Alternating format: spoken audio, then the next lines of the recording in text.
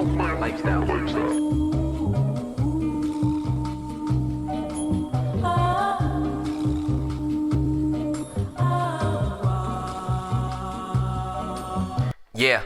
lifestyle lit. I've been legit. The motive is in. I'm going again, but I'm going to win. I don't know when to end. Got me needing residuals for the time that I spent. Yeah.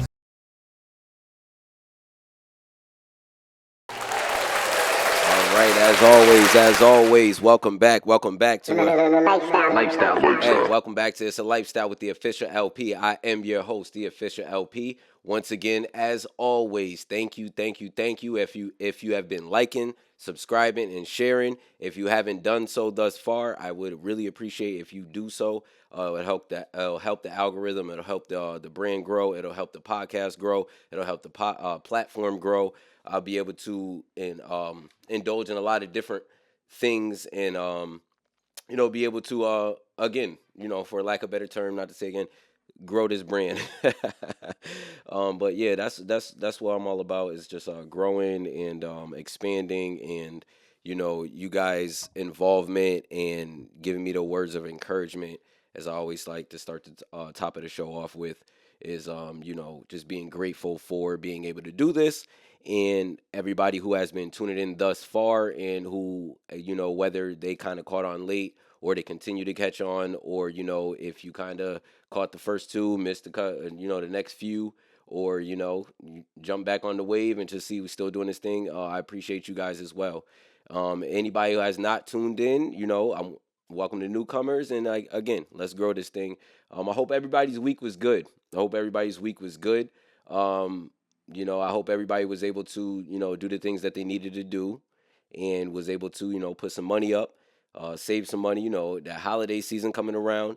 You got Halloween, you got Thanksgiving, you got Christmas, you got all these different, you got New Year's, a lot of different partying, a lot of different going out, a lot of different family, functions. And I hope that everybody's able to, balance their finances, and not only their finances, their mental health, because this can be the season to stress. So I hope everybody gets out in front of that, and, does the things that pertain to them as far as balancing those things and keeping those, stress levels down, and, those frustrations down, and, be able to flourish in the ways that you need to in life.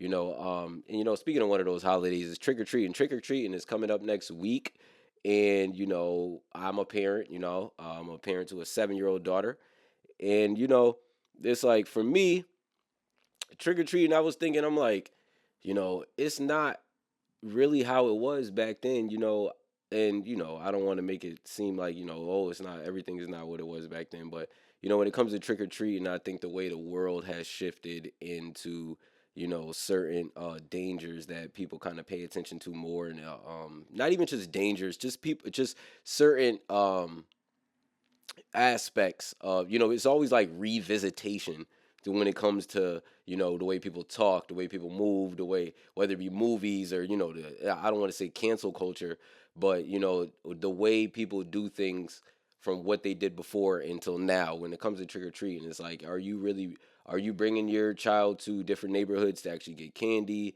Is the candy safe? A lot of people take pride and joy into those holidays. For me, it's always been, just the dressing up aspect of, being your favorite, athlete, or your favorite superhero, or anything like that. And, taking pride in that. There's a lot of people that kind of take on the demonic portion of it, which I'm not really subscribed to. And I think that's one of the things that people kind of try to revisit nowadays, to where it's like, are you celebrating something that is are you celebrating something that doesn't really represent what you really feel about that holiday as you grow older? And how do you want to you know do that with your kids? For me personally, I know my kid loves to dress up. She loves to just Bluey, Princess Peach, all types of characters and different things like that. And for me, as being a parent, and I know for many out there, being a parent, you don't want to take away those experiences from them, as to what they can actually, get out of that. Is, as long as if things are changing, if we kind of curtailing it to, making it more of a healthier experience for them, knowing a healthier experience down the line that they'll be able to appreciate and still kind of get some of those benefits that we were able to experience as the ones that are older, taking whoever trick or treating, you know, and that can be for any age. If you're done trick or treating, you're an adult. You're growing in 20s, 30s, 40s, whatever, however old you are. Once that's done for you, you can always pass that down of whatever those feelings and the way information is always kind of spread. It just seems now to a kind of again revisitation thing. So for trick or treating, I wanted to ask, put down in the comments, let me know what y'all think as far as trick or treating. Do you think it's still necessary for people to go trick or treating? I know they got trunk or treats. A lot of different places do, mall visits, whether it be schools, barbershops, businesses. They have candy and they let the kids kind of come around to the, especially the schools. The schools for the young kids, and it's mainly for the young kids. They have, their different celebrations when it comes to them, doing like the trunk or treats, or they do the I know um my daughter's school does the harvest festival. So, you know, when it comes to that, I don't think it's being I think they're celebrating in a way of, the kids kind of dressing up and getting the candy. So let me know what y'all think about that down there, because you know what's up. Lifestyle All right, I music. wanted to move on to music. It's not a lot of music, it's not a lot of music releases that have came out. It's fourth quarter, and you're gonna start to get some of the heavy hitter projects, and you're gonna start to get some of the heavy hitter songs. We don't have that right now. But one thing that I was looking forward to was the excuse me, was the Kehlani Homage Pack set. Let me give it up Lifestyle for music. Kehlani. She's been killing it. She's been killing it with the folded. I know y'all been seeing the folded challenges going off on whether it be TikTok or Instagram. She's been killing it. The song is a really good song. I think that she really did good vocally. And for Kalani, I've always liked Kalani's vocal range, and I like her vocal tone, and even her appearance and how she approaches songs. Because with not only just having vocal capability, she has good song making capability, and she makes really good songs. If you go back in her catalog, even now, if you really enjoy this folded record, um, I think you would really enjoy her recent projects that she had released and just her catalog in general. But yeah, shout out to Kalani. The Homage Pack is set to release October 24th. By the time this airs, it'll be out. I'm looking forward to that. Some of the remixes and some of the renditions have kind of already kind of been teased at a little bit. Features Brandy, Mario, Tony Braxton, Neo, Tank, and JoJo. That's gonna be fire though, because who do y'all think is gonna do the best? Who do y'all think is gonna do the best? That's what I want to know. I can't wait to enjoy this project. I'm pretty sure she's gonna have a fire album. Again, Kalani is a dope, dope, dope vocalist, dope R&B singer, and she brings a lot to the game. So shout out to Kalani. Shout out to Kehlani. I look forward to that. I think Mario, if I had to give my opinion, I think Mario is going to kill it. Brandy, you already know. Brandy she's a killer as well too. Tony Braxton, that's bringing it back. She's gonna kill it. I mean, respect to everybody, Neo, Tank, and JoJo. So they got their own verses and they got their own arrangements. So I know it's gonna be interesting. It's gonna be like a battle. So this is actually this brings just the essence again of music, bringing music back to just the nature of people listening and enjoying what people can bring to it. And again, shout out to Kalani.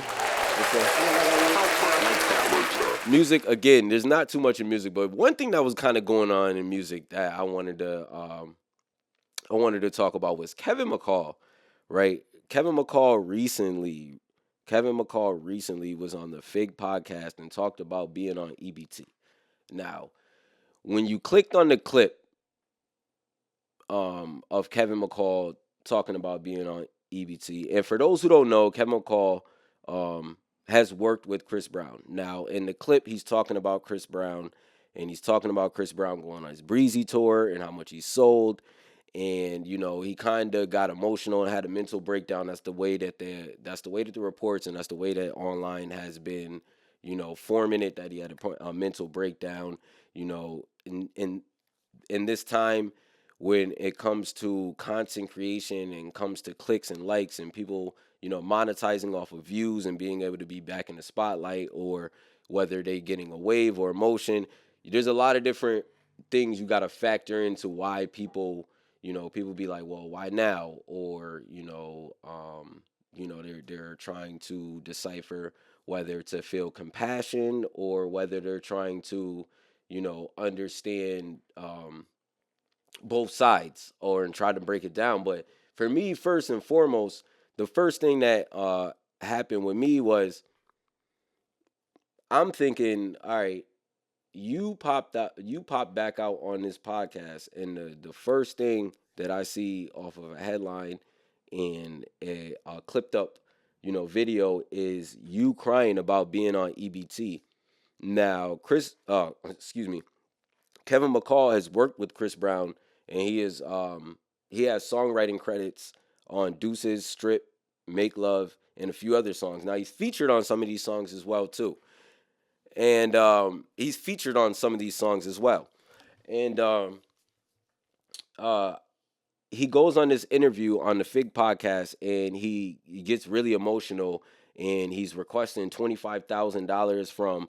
And the way I heard it is he said that he's requesting $25,000 from the songs that he owes someone, that he owes, whether it be Chris Brown or he owes someone. He was speaking to someone directly, and Kevin McCall, he starts to get, people are raising questions. They're not really on the giving Chris Brown backlash. That everybody went and enjoyed the Breezy Bowl. The Breezy Bowl was amazing. Chris Brown, phenomenal artist. Like I said, Chris Brown is one of my favorite artists.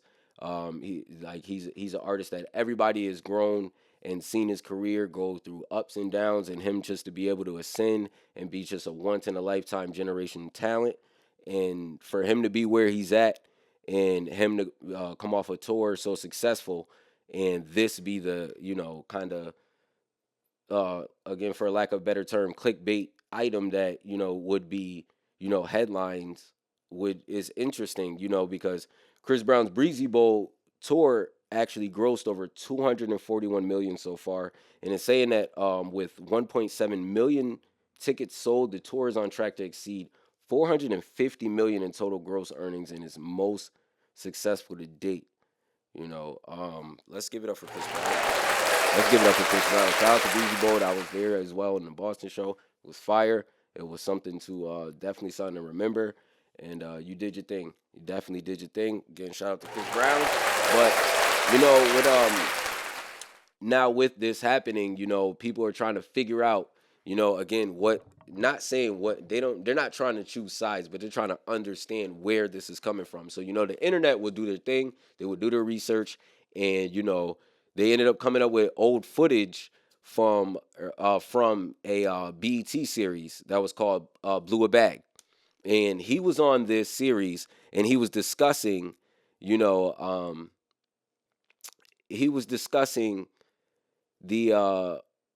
incident, and he was pretty much discussing that he blew $8 million. So let's look at that footage real quick. Let's check that out real quick. Called me and like, look, this song is getting real good. We about to make a video. I only got a check for $10,000 at that time. So you know what I did with that? I spent that up in no day. Tried to get away with some dumb shit. But when I finally got a check from Deuces that was over 6 figures, I opened that mug up. It was like, I got the mail like I always used to. I used to write songs in my grandmother's driveway. I'm sitting in my auntie's Jaguar because I didn't have my own car at the time. And so since I used to be pulling up with the celebrities, the best I could do was my supposed rich auntie at the time. She was a nurse. I was in her car. So got the check, opened it with my cousin, and I ain't never seen nothing over $10,000 in my life. So when I saw 100 and something thousand, I'm like, I looked at my cousin, I just closed it because I'm like, what am I gonna do? I'm in the hood, I need to start hiding this shit. I got scared.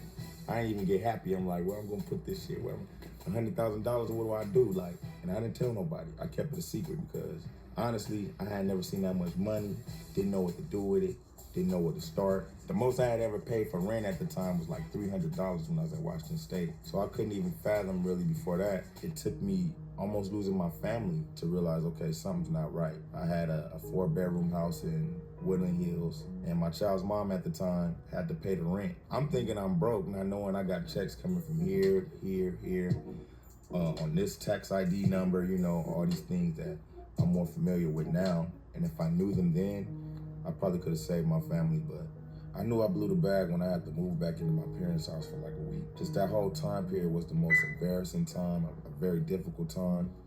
And it was a time where I really had like a mental breakdown, like under all the pressure. Okay. So now, as you see, now you're starting to get a backstory to years before now he's going on to a podcast to explain, what actually happened. And since I played that clip, I'm going to actually double back and I'm going to play the clip that he went on his podcast and he actually talked about the Fig podcast. Let's look at that. You have a testimony. Why the fuck? Get in on this. I witnessed it. He finna be in here. Why the fuck I got an EBT card? And this nigga is at Breezy Bro and made 90 whatever the fuck million, and it say KKKKK Max. Can I get 25,000 for them four songs I owe you, bro? I just want to leave, bro. Leading up to who he is. I'm not even tripping though. I got an EBT card, my nigga. Like, what the fuck, bro? I can't even get nothing, bro, man. Y'all niggas want to see a nigga cry on here, so y'all can think I'm a bitch. Nah, bro. That shit ain't fair, nigga.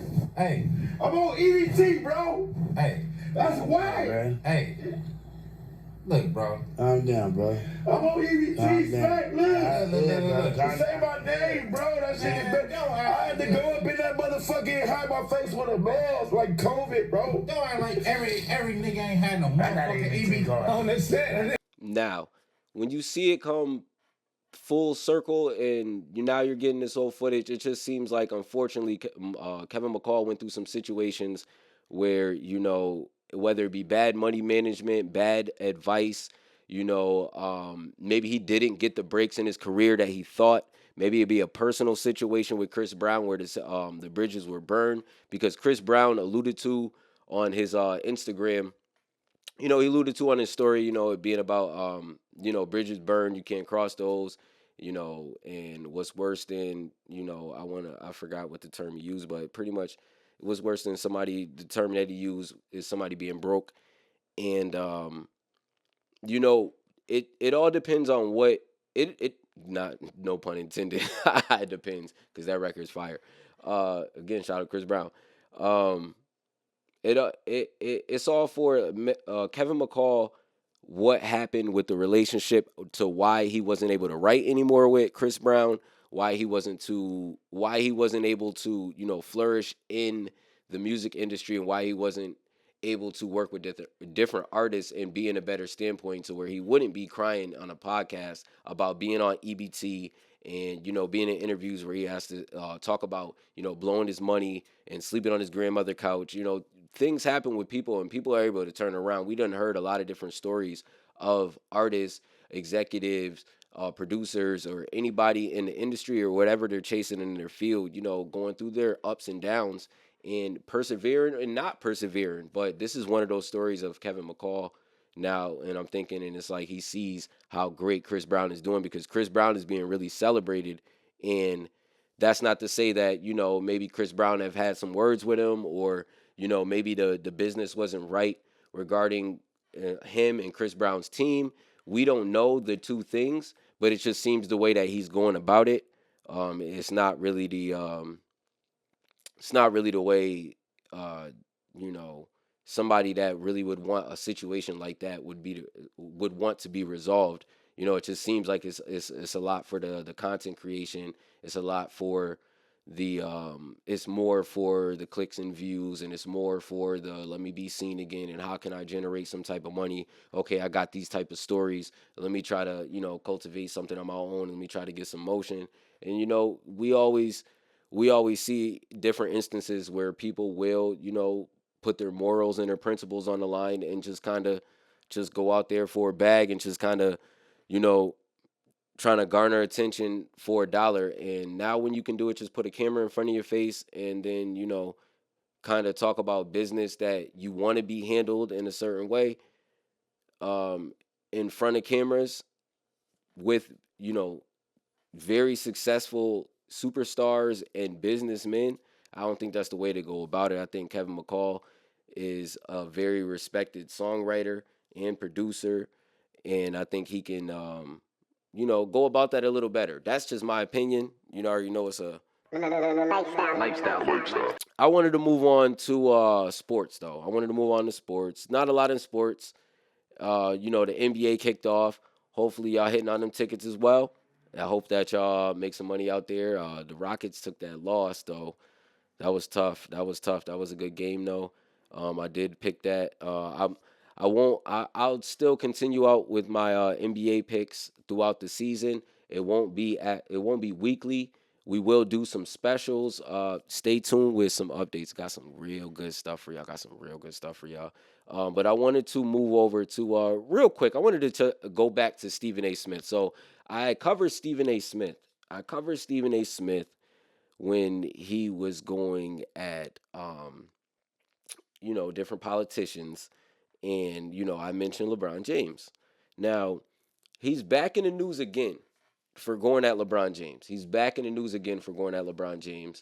And he went on the Pivot podcast, and he went on 7 p.m. in Brooklyn with Mello, that podcast, and he's talking about how he doesn't like LeBron. Now, this has all been stemming from I just think that Stephen A. Smith has always felt entitled when it comes to NBA players and athletes.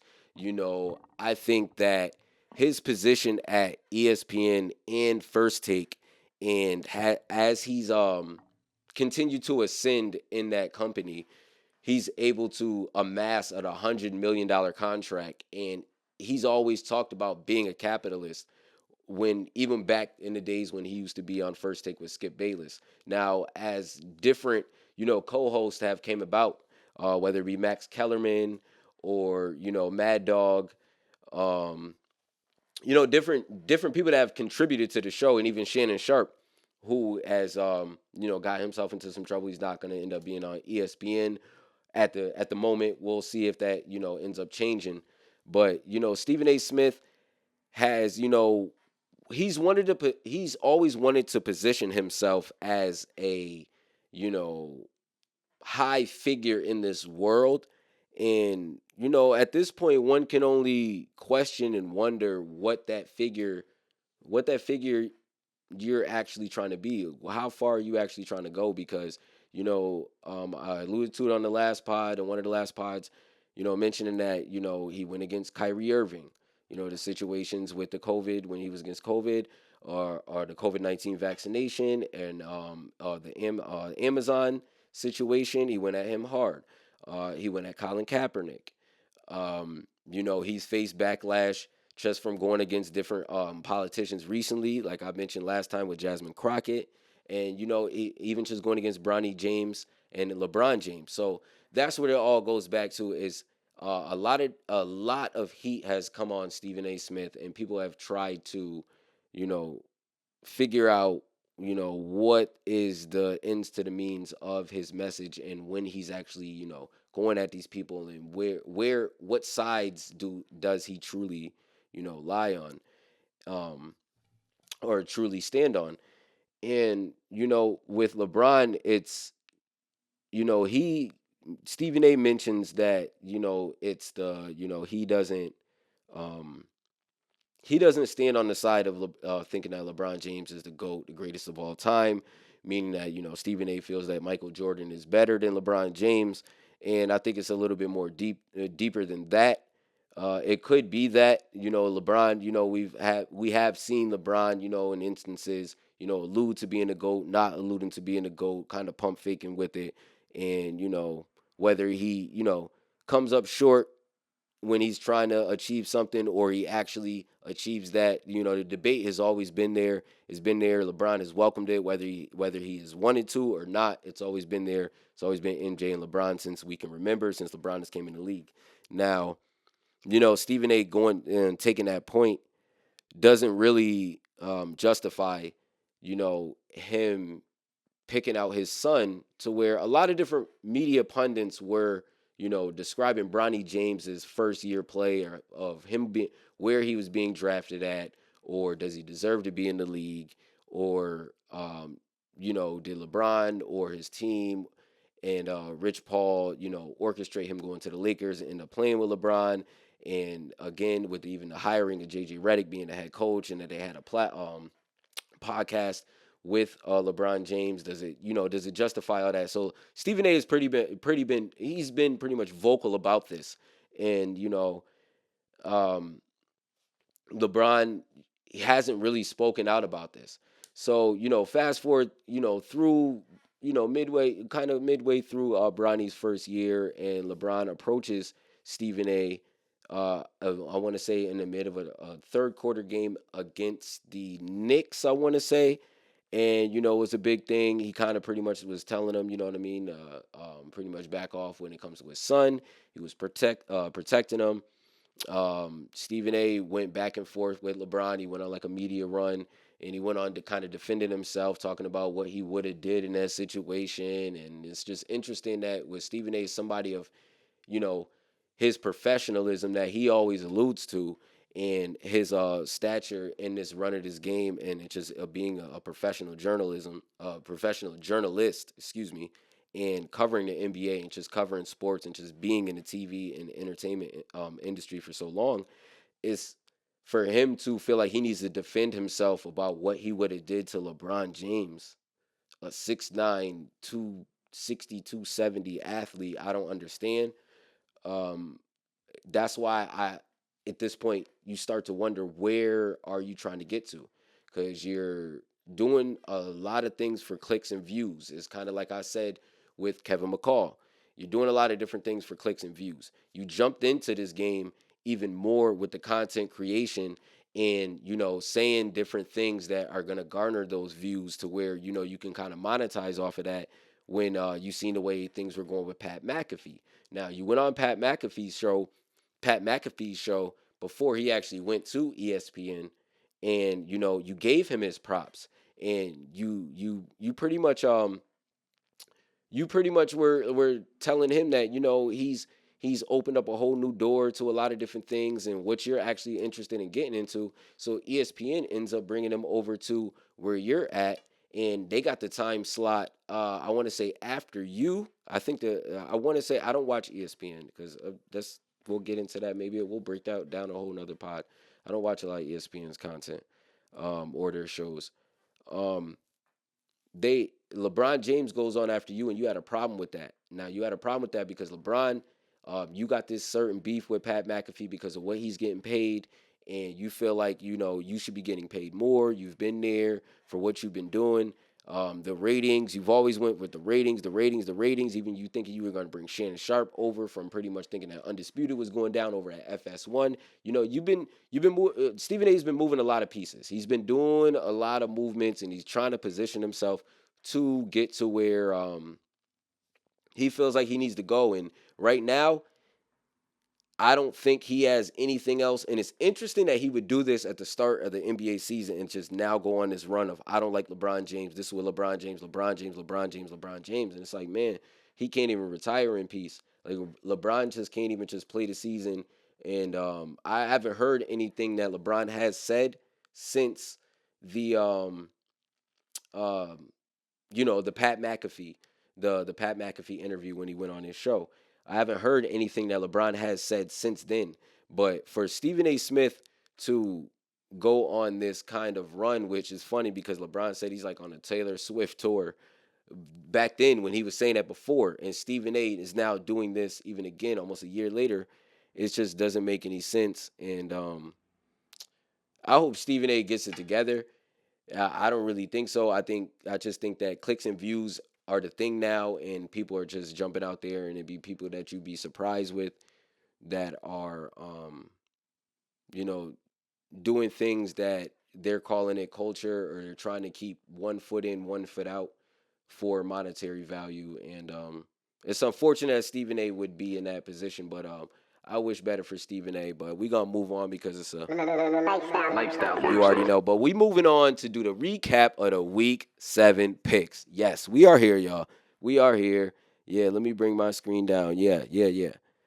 Week 7 picks recap in Week 8 picks. Let's get it. All right, so last week I went 8-6. All right, on the season, I'm 45, 34, and 1. Last week, the afternoon games had a few losses that kind of caught me off guard. That Giants and Broncos game, that was crazy that they scored all them points in the fourth quarter. Shout out to the Broncos. Shout out to the Broncos. I'm gonna just give it to the Broncos because y'all got that. Messed up one of my tickets. You know what I mean? I had the Giants. I did have the Giants if you would check the picks. But let's run down the week 8 picks. Let's get it because you know it's a Lifestyle. All right. So I got the Falcons over the Dolphins. I got the Ravens over the Bears. I think the Ravens bounced back. They got Lamar Jackson back, and that's a must-win game because they don't want their season to go the other way. They got good continuity. Let's see what they do with that. I got the Bengals over the Jets. I got the Bills over the Panthers. 49ers over the Texans. Patriots over the Browns. I got the Eagles over the Giants. Bucks over the Saints. Colts over the Titans. Cowboys over the Broncos. Even though the Broncos had that big win against the Giants, I got the Cowboys. Ended up doing what they need to do. Cowboys had an impressive win, and we're going to see if they can carry that on. I got the Steelers over the Packers. I got the Chiefs over the Commanders, and that is the Week 8 Lifestyle NFL picks. Now, I didn't really want to there's not really too much to touch on this week, and I just wanted to wrap the show up with just a little bit of reflection. I just wanted to just give, I was alluding to in a couple of podcasts before about, family members that have been passing away.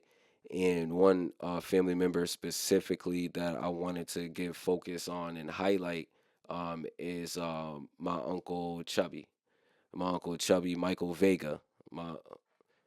Michael DJ Chubby Vega. He passed October 5th. He was born February 22nd, 1968, Harlem, New York. Excuse me. He's survived by 5 kids, a wife, and 11 grandkids. He was, he's a DJ. He did many jobs.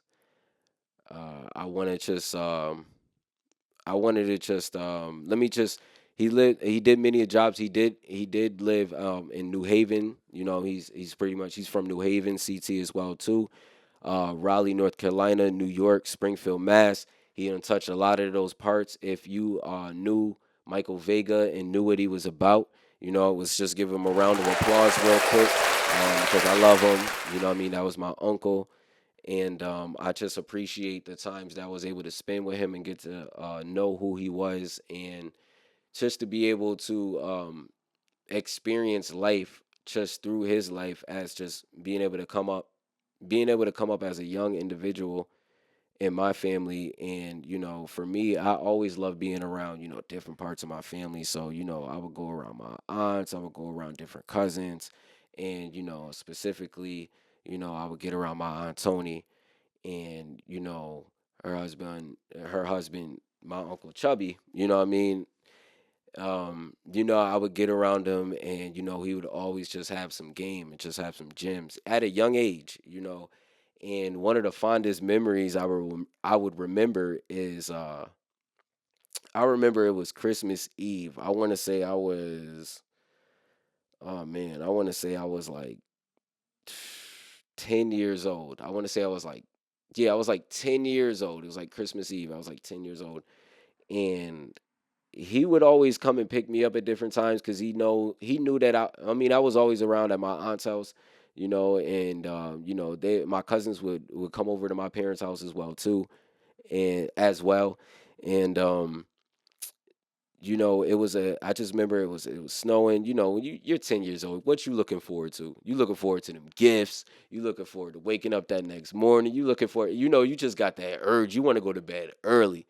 Now, I remember he had picked me up earlier in the day, and he had me at his store. Now, one thing about my Uncle Chubby is he had about 2 to 3 stores at one time. He had about 2 to 3 stores at one time. He had multiple businesses. He was one to hustle. He was one to really get to it, provide for his family, and he always had clothes for us. He always just provided, and he always just had the biggest smile on his face. So for this Christmas Eve, I'm at one of his stores, and got me in. I'm just chilling in the back, and just people coming in and out. They just buying this. They buying jackets. They buying this. They buying clothes. They buying pants. They buying, and it's Christmas Eve, and I'm not even. I'm thinking I'm chilling, but after a while, it's like, all right, I need to get back home. I'm trying to play these games. Like, I know my brothers is at home. Like, what's up? I know we got the Christmas food. What's going on? We got the gifts. Yo, I was there all night, all night, all night. And I always joke around and always be like, he kidnapped me for that Christmas Eve. But that's one of the memories that comes off of just, growing up with my Uncle Chubby. And, during his later years, it just he was always that same way. He lived in North Carolina for many years, and anytime that he would come back up, he would always, give some good game and give some good advice. He would give some good gems. He would always just be full of energy, and he would just always have another business opportunity, and he would just always have different things going for himself. And yeah, I just wanted to give it. I'm gonna just give a round of applause for again for my Uncle Chubby. I will be showing some footage that y'all will see on the screen. She see some different moments for him, and I just wanted to say, you just want to appreciate life, and you want to just appreciate the people around you because, again, you never know what people are actually going through. Because when my Uncle Chubby was diagnosed with cancer, a form of cancer, and unfortunately, and at that time, he was up here and my grandmother, my Aunt Tony, and my mom's mother, my grandmother had passed, and they had just came up here, and he had got diagnosed with that form of cancer like right around that time. And he always put his family first. And that's the thing about it for me in the reflection is that during that time when he's putting himself, he's putting his life because one doesn't want to have to go through anything like that, but just to think that, somebody would be going through that and what thoughts could actually be going through one's mind, and him trying to be there for his spouse and his family and his children and his grandchildren, and not too long after that, literally not too long after that, one of his children's baby fathers and boyfriends, passes away. And now it's a direct hit to the home, where he's actually staying at, and it just goes again. It goes to show you that let's all appreciate the moments within the moments. And when I say that, I say to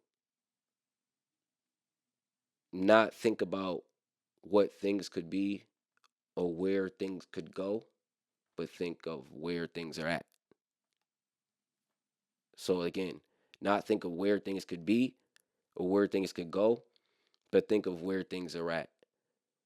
Because I got to see him, really enjoy a different part of life that, the backside he didn't of course the outcome, he doesn't want the outcome, but I seen somebody hustle, I seen somebody drive, I seen somebody be motivated, but I seen somebody be dedicated, I seen somebody, you know, you know, outrun, whatever sickness was going on inside of him forever, however long he could, and it was never going to get him down, even if people understood it or didn't understand it.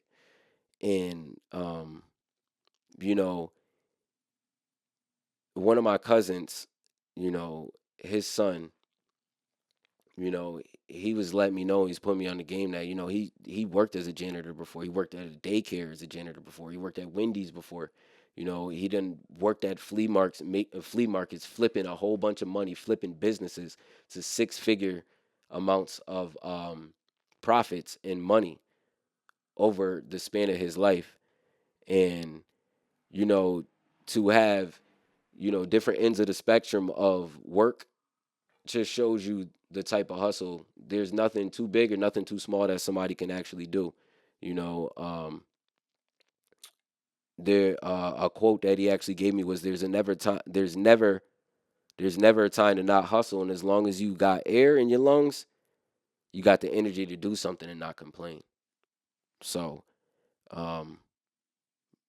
again, rest in peace to my Uncle Chubby, Michael Vega, DJ Chubby Digital. As you be seeing this, his homegoing service is October 25th. Rest in peace. Again, to my Uncle Chubby, Michael Vega.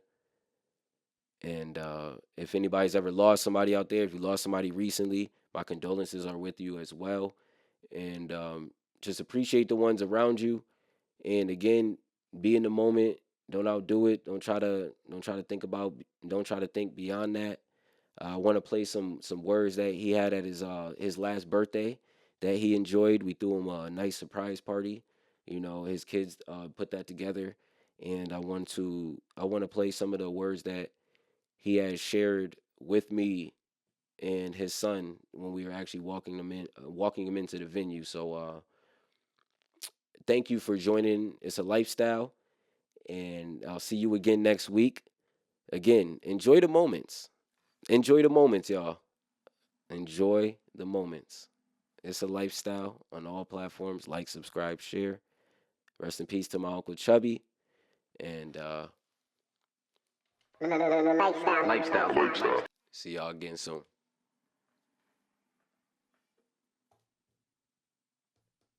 Happy birthday to me. Living a life in the moment. In my situation, loving life. Love my kids, love my family. You only live once. Eat up all you can. Good life, good ventures, good vacations, good trips. He's shining on him right now. What vibes we spending tonight for this party we about to throw down, yo? Because Take you around the world. we gonna be able to do this. Take you around the world. Whatever they ask for, they can get it. Let's go. We DJ by request.